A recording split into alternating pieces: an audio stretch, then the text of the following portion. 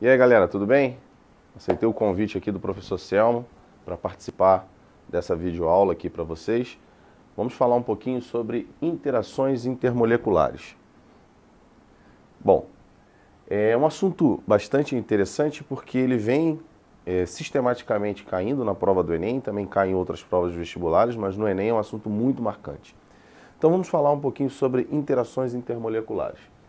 Como o nome diz, interações intermoleculares, inter significa o quê? Entre moléculas. Então, quando você tem uma substância pura ou até mesmo uma mistura, as moléculas interagem, né? Aquelas espécies, elas estão interagindo. E essas interações vão modificar algumas características, algumas propriedades das moléculas, tá? Isso a gente vai ver daqui a pouco. Isso que aparece em prova, tá bom? Mas antes de falarmos sobre isso, vamos ver quais são as interações intermoleculares, quais são os tipos de interações intermoleculares.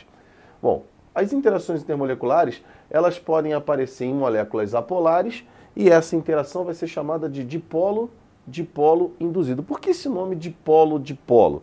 Porque uma molécula, ela é caracterizada por uma carga distribuída em dois lados, por cargas distribuídas em dois lados. A carga positiva e a carga negativa. Mas você vai pensar, mas as moléculas apolares, elas não têm essa dipolaridade. Ela tem, mas só que é uma dipolaridade muito fraca, ela é momentânea. Por isso é que esse dipolo-dipolo, chamado de dipolo-dipolo induzido, é um dipolo muito fraco, é uma interação muito fraca. Essa interação, ela é marcante nas moléculas apolares, porque as moléculas apolares possuem apenas esse tipo de interação. O dipolo-dipolo induzido aparece em todas as moléculas, só que as apolares possuem apenas esse tipo de interação. O nome completo dessa interação seria dipolo momentâneo, dipolo induzido. Por que dipolo momentâneo? Vem comigo aqui rapidinho. Vamos pegar uma molécula simples, que é a molécula do hidrogênio.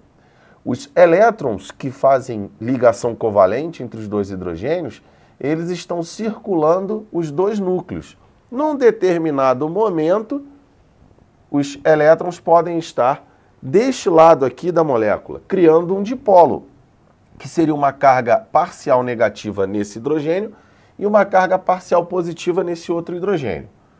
Uma molécula de hidrogênio ao lado terá um dipolo induzido por esse dipolo momentâneo. Ou seja, se esse lado aqui é o negativo, esse vai ser o positivo e o outro negativo. Porém, contudo, entretanto, todavia, essa polaridade vai mudar, porque ela é o quê? Momentânea. Por isso que o nome completo dessa interação é dipolo momentâneo, dipolo induzido. Ele aparece em todas as moléculas, porém, é a única interação nas moléculas apolares. E é a interação mais fraca. Como eu coloquei aqui para vocês, eu estou colocando em ordem crescente de intensidade da interação. Agora nós temos o dipolo-dipolo permanente, que é o dipolo permanente e dipolo permanente, mas a gente abrevia e bota dipolo-dipolo permanente, que aparece nas moléculas polares. Esse dipolo-dipolo permanente, ele é decorrente de um dipolo que apresenta realmente nas moléculas polares. Então, as moléculas polares, elas são ditas polares porque apresentam polaridade, ou seja, você tem um dipolo. Vamos pegar aqui um exemplo, a molécula do HCl. Então, o HCl, ele é um dipolo permanente porque eu tenho dentro daquela molécula uma região notoriamente negativa, que é o lado onde tem o cloro, e uma região permanente positiva, que é o hidrogênio. Por que isso acontece? Porque quando eu tenho uma molécula simples aqui, basta eu ver quem é o mais eletronegativo, que essa vai ser a região negativa. Óbvio que quando a gente tem moléculas mais complexas, a gente precisa calcular o vetor momento dipolo resultante para saber se tem um lado positivo e um lado negativo. Vamos, por exemplo, aqui a molécula da água. A água a gente sabe que ela tem um lado negativo, um lado positivo, pelos vetores, aquele papo todo que vocês aprenderam lá em polaridade de moléculas. Mas, continuando. A ligação de hidrogênio, que é a interação mais forte, é um tipo de dipolo-dipolo permanente. Então vai aparecer em moléculas polares, mas não em todas as moléculas polares. Apenas as moléculas polares que apresentarem hidrogênio ligado a um desses três a um desses três elementos, né? O flúor, o oxigênio e o nitrogênio. Por que esses três? Flúor, oxigênio e nitrogênio. Porque são os três menores em termos de raio, então a carga fica bem concentrada, e são os mais eletronegativos. Então por isso que são esses três, beleza? Então quando você tem uma molécula polar contendo hidrogênio ligado a um desses três, a interação é a mais forte de todas, que é a ligação de hidrogênio, que é um tipo de dipolo-dipolo permanente. Beleza? Mas existe a possibilidade de nós alterarmos a intensidade das interações. Como assim, professor? Eu posso ter uma molécula apolar que tem uma interação forte devido a uma característica da molécula. Ou seja, ela vai intensificar o seu dipolo-dipolo induzido. Como?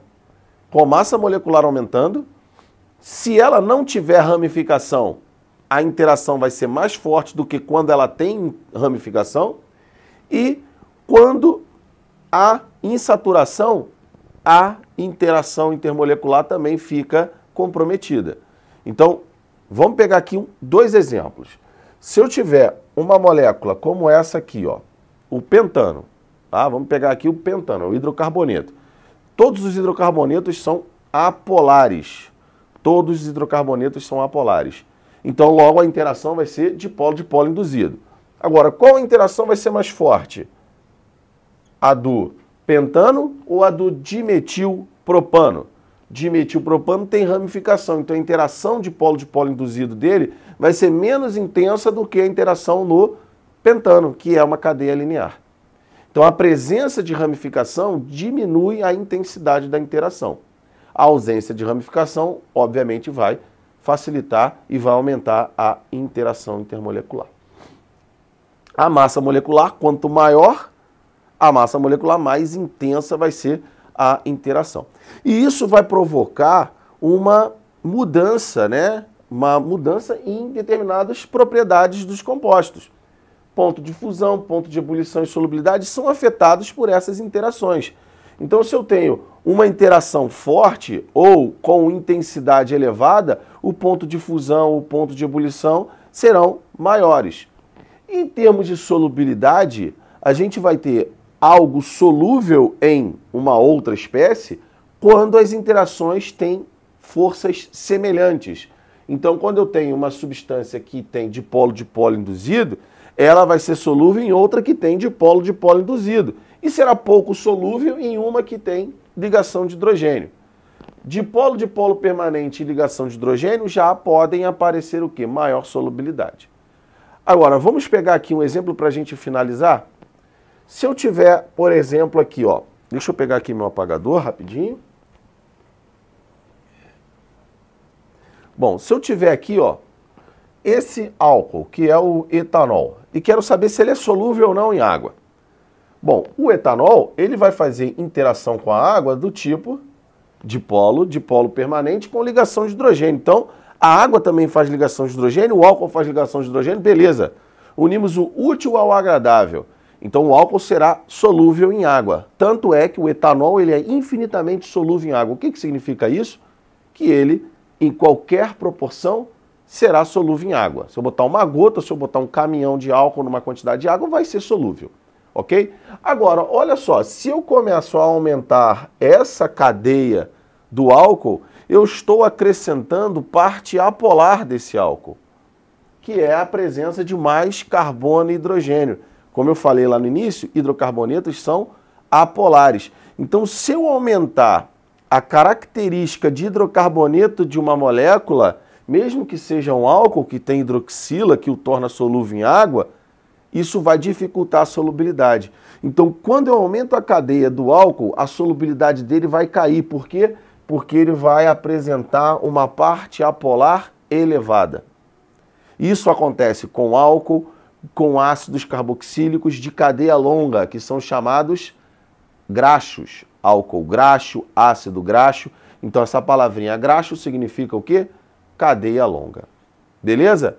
Então, no próximo encontro, se o Selmo me convidar de novo, obviamente, no próximo encontro eu vou falar de moléculas anfifílicas.